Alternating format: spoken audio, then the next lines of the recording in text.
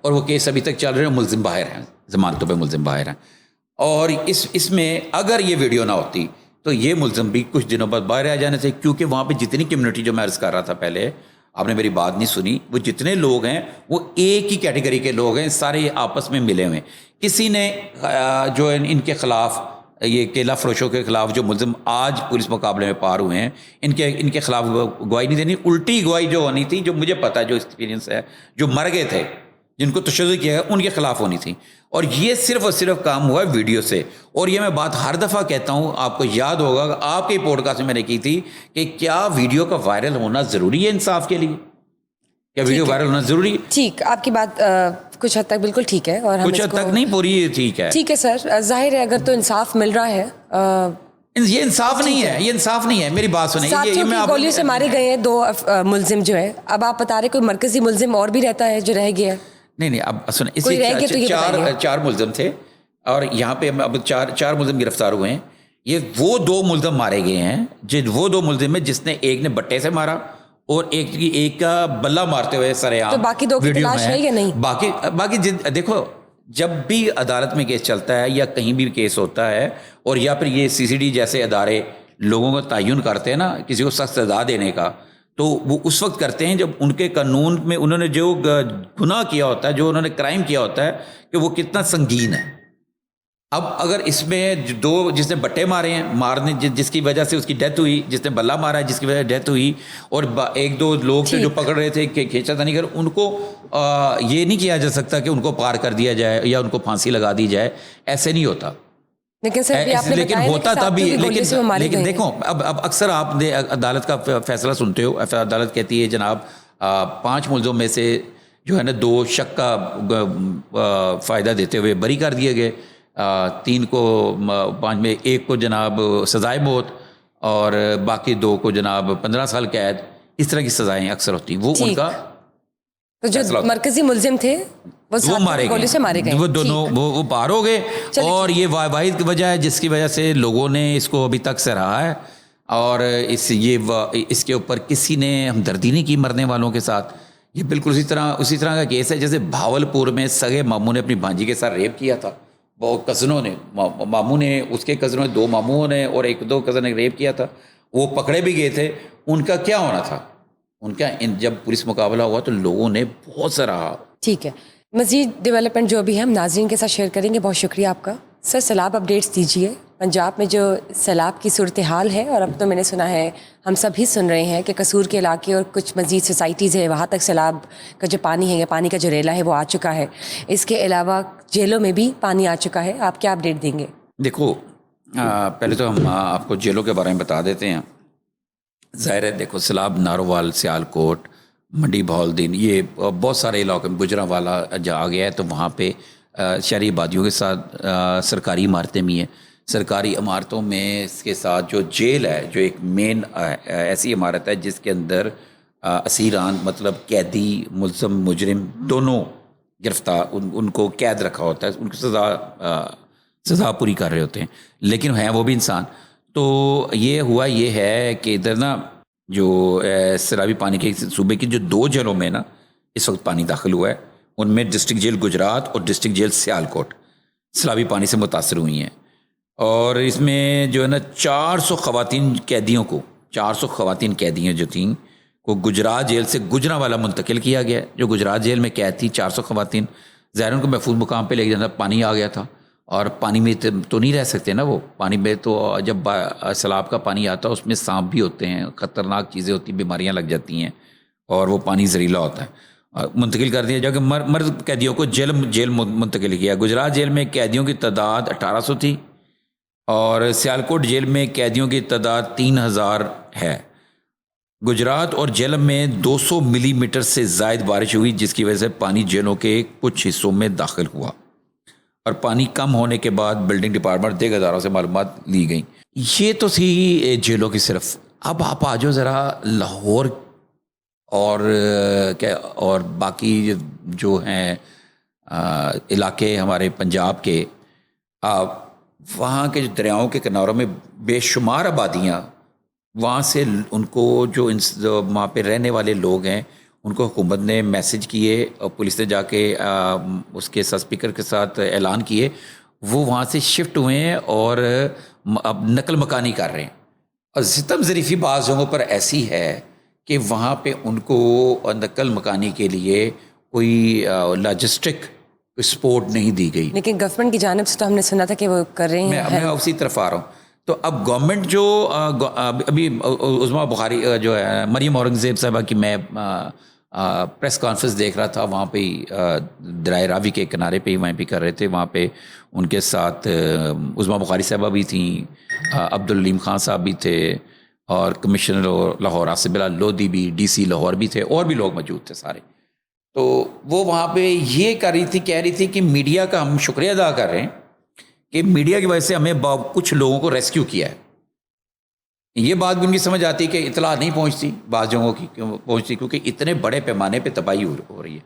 اس وقت جو اس کی راوی کی صورتحال ہے وہ بالکل، مطلب آپ دیکھیں کوئی 35 سالوں میں کہتے ہیں کہ کافی دیر میں پہلی دفعہ راوی کی یہ پوزیشن آئی ہے، اور اس کے بارے میں پہلے کسی نے سوچا ہوا تھا. حالانکہ روڈا جو ادارہ ہے اس نے دریا کے کنارے ہی دونوں سائڈوں پر ہی آبادیاں کر دی تھیں. اور ستم ظریفی یہ ہے کہ جو سب سے پہلے کرنے والے کام تھے وہ بند بنانے، پکے بند بنانے، ٹھیک ہے، وہ ابھی تک نہیں بنے. اور وہاں پہ سوسائٹیوں کو NOC دے دیا گیا اور سوسائٹیوں نے پلاٹ سیل کر دیے. اب وہ ساری سوسائٹیاں جو بھی اس کے درائے راوی کے کنارے ہیں وہ ساری خطرے میں، اور بہت ساری جگہوں پہ پانی آ گیا ہے. اور جو علاقے کے جو لوگ تھے، دائیں بائیں جو لوگ تھے سارے رہنے والے، وہ نقل مکانی کر گئے ہیں. ان کے مال مویشی وہ بہہ گئے، ان کو چلیں دیکھتے ہیں مزید اور کیا ہے اس میں. لیکن سر آپ نے بتایا تھا راشن کے حوالے سے گورنمنٹ ہیلپ آؤٹ کرے گی راشن کے حوالے سے، اس میں کیا ہوا ہے؟ ہاں بالکل کرے گی گورنمنٹ. جو ابھی تک جو اطلاعات ہیں جہاں جہاں بھی ان کو ضرورت ہے، جہاں لوگ ہیں وہاں پہ PDM کے پاس یہ پورا سسٹم موجود ہے، راشن کا بھی اور خیموں کا بھی، اور کیا کہتے ہیں بستروں وغیرہ کا، ہر چیز کا یہ گورنمنٹ نے کر رہے ہیں، کر رہے ہیں جہاں بھی ہے، جہاں بھی ضرورت پہ. لیکن لوگوں کی شکایات سوشل میڈیا پہ بہت زیادہ ہیں، اور جہاں جہاں گورنمنٹ کو پتہ چلتا ہے وہ وہاں پہ وہ جاری. لیکن یہاں پہ یہ ہے کہ یہ بھارت نے جو آبی جاریت کی ہے، اس کو ہم آبی جاریت کہیں گے. وہ ایک الگ بات ہے کہ یہ وہاں بھی گلیشیئر پگھلے اور پانی کی تعداد زیادہ آ گئی، اور بھارت کو معلوم تھا کہ وہ پانی کتنی دیر تک ان کے ڈیم بنیں گے، اور کب تک. ان کو چاہیے تھا سنتاس معاہدے کی پابندی کرتے ہوئے ہمیں ایک مناسب وقت سے پہلے اطلاع کرنی چاہیے تھی، جو کہ اس نے نہیں کی. اور یہ ایک آبی دہشت گردی ہے. اس نے پانی چھوڑ دیا، اور ابھی مزید پانی چھوڑا ہے اس نے. اس کے اپنے علاقے جو تباہ وہ کرتا آ رہا ہے، وہ اس سے ہمیں نہیں لینا دینا. لیکن اس کی بدنیتی یہ ہے، اس نے اس سے اپنی بدنیتی میں اپنے گاؤں بھی ڈبو دیے.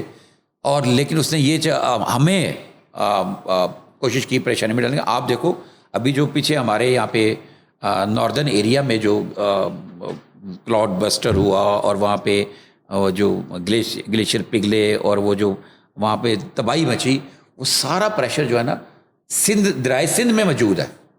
پہلے سے درائے سندھ کی سطح پہلے سے اوپر ہے. اب یہ جو اب لاہور سے جو ریلا گزر رہا ہے، ابھی اس نے گزر کے آگے جانا ہے، چناب سے آگے جانا ہے. جنوبی پنجاب کے حالات خراب ہیں، وہاں پہ بھی پانی کے برے حالات ہیں.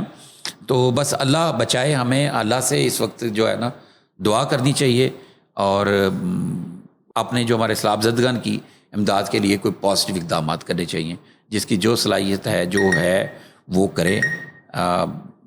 جیسے کہ میں نے آپ کو بتایا تھا ایک دفعہ پہلے بھی، 88 کا جو سیلاب تھا تو ہم اس وقت اسکول گوئنگ تھے نا. میں نے بتایا تھا آپ کو کہ ہماری مسجد تھی یہ بستامی روڈ کی، جامعہ بستامیہ حنفیہ، تو وہاں پہ تھی بزم مشتاقان رسول، جس کے سیکرٹری تھے جنہوں نے یونس قادری صاحب، انہوں نے ہمیں شامل کیا تھا نوجوانوں کو. تو اس وقت جو جذبہ تھا نا میں نے دیکھا تھا، وہ اس سیلاب میں لوگ اپنے گھروں سے گھروں کی چادریں، رضائیاں، یہ چیزیں لے کر گئے تھے، اور ہم بھی اناج اور دوائیاں لے کر گئے تھے. تو میں اب یہ ہمیں ابھی تک مجھے بہت ساری سوشل میڈیا پہ چیزیں دیکھ رہا ہوں، لیکن مجھے ابھی تک یہ نظر نہیں آ رہا کہ کوئی کیمپ یا پھر کوئی اپنے طور اپنی مدد آپ کے تحت رضاکارانہ طور پہ نوجوان نکلیں کہ نہیں نکلے, ہو سکتا ہے نکلے ہوں, ہمیں نہیں پتہ, لیکن اس کی بھی ضرورت ہے. ہمیں اس وقت ایک ایسا وقت ہے, تمام اپنی اختلافات بھلا کے ہمیں اکٹھا ہونا چاہیے. یہی وجہ ہے کہ میں بھی تنقید, بہت ساری چیزیں میرے لیے تنقید کرنے کے لیے ہیں اس وقت, میں ابھی تنقید نہیں کر رہا, لیکن میں چھوڑوں گا نہیں, وہ چیزیں نوٹ کر رہا ہوں, سر انتظامیہ کی بھی, گورنمنٹ کی بھی, اور ہماری اپنی کوتاہیاں بھی. ٹھیک, مجھے یہ بتائیے آپ کا پرسنل اوپینین کیا ہے, کیا آپ اس میں کوئی اسٹیپ فارورڈ ہوں گے ایز اے والنٹیئر ہیلپ کرنے کے لیے سیلاب زدگان کو؟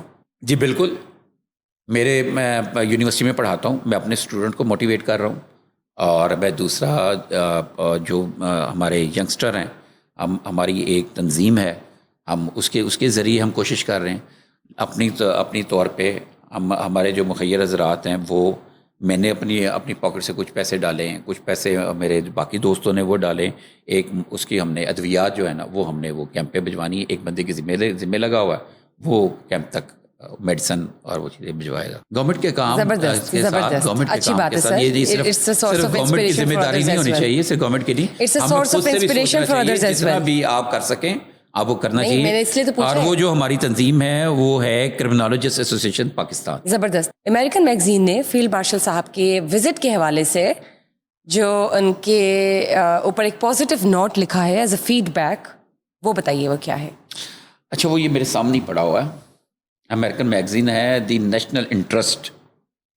اس نے فیلڈ مارشل سید عاصم منیر کی کامیاب پالیسیوں کا اعتراف کرتے ہوئے کہا ہے کہ امریکی صدر ٹرمپ نے اہم اقتصادی معاہدوں کا اعلان کر کے فیلڈ مارشل عاصم منیر کے ساتھ اپنی نئی دوستی کو دوگنا کر دیا ہے. زبردست انڈیڈ. ہاں, میگزین نے پاکستان کی کامیاب سفارتی پالیسیوں اور فیلڈ مارشل سید عاصم منیر صاحب کی ثابت قدم قیادت کو سراہتے ہوئے لکھا کہ پاکستان نے امریکی صدر کی پاک بھارت جنگ بندی کا خیر مقدم کیا. پاکستان نے, بھارت نے تو کہا تھا کہ بھارت نہیں مانتا نا یہ بات, اور ہم نے تو کیا, اور ہم نے تو جو ڈونلڈ ٹرمپ صاحب کو نوبل پرائز کے لیے بھی نامینیٹ, ہم نے تجویز دی ہے, ٹھیک ہے, لیکن بھارت انکاری رہا. دعوت کے باوجود مودی نے واشنگٹن کا دورہ نہیں کیا. اس پر ٹرمپ کو غصہ تھا. بلوچستان لبریشن آرمی کو دہشت گرد تنظیم قرار دینا واشنگٹن کی بھارت سے دوری کے واضح اشارے کے طور پر دیکھا جا رہا ہے ایز این انڈیکیٹر. ہاں ٹھیک ہے جی. تو اس پہ آپ کو کیا لگتا ہے کہ مودی صاحب کا کیا رسپانس ہوگا اس آرٹیکل کے بارے میں جو کہ پاکستان کے حق میں ہے؟ مودی صاحب روزانہ کی بنیادوں پر سڑک پہ جرے نے اگے کالے سن تے ہور کولے ہو جان گے. لیکن سر تانوں اعتراض ہے مودی تے کہ میں مودی نو کوئلہ کیوں کہہ رہے ہیں؟ کسی کی, ہاں جی, کسی کی اسکن کلر پہ نہیں بات کر سکتے. میں تو مودی کے بارے میں کروں گا, باندر کہوں گا اسے. سر ہم کسی کے اسکن کلر پہ میں تو مودی باندر کہوں گا, بات نہیں کر سکتے. میں مودی ڈونکی بھی کہوں گا, ڈوگی بھی کہوں گا. نہیں سر, میں کہوں گا. آپ کو مودی سے کیا عشق ہے؟ سر مجھے بات یہ نہیں ہے, بات تو کیا بات ہے پھر؟ Let's be fine in our choice of words. Anyways ویز, thank you for taking out your precious time at this hour. Thank you. This is all because of this hour. So here you go again. Thank you guys for watching us today. Just stay tuned for another session. Till then, bye-bye.